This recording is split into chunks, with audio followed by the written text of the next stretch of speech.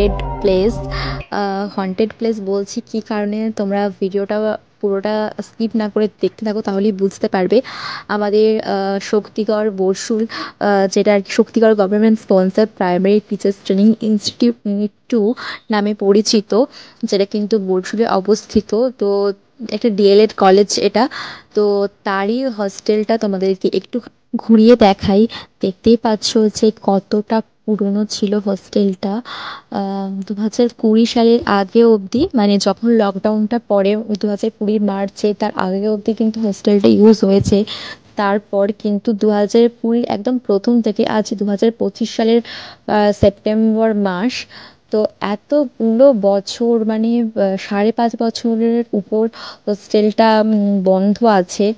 তো স্বাভাবিকভাবেই সেটা একদম যা তার রকম অবস্থা। এমনি হোস্টেলটা বহু পুরনো, আমরা এই হোস্টেলে থাকতে পাইনি, যেহেতু হোস্টেলটা একদমই মানে থাকার যোগ্য না।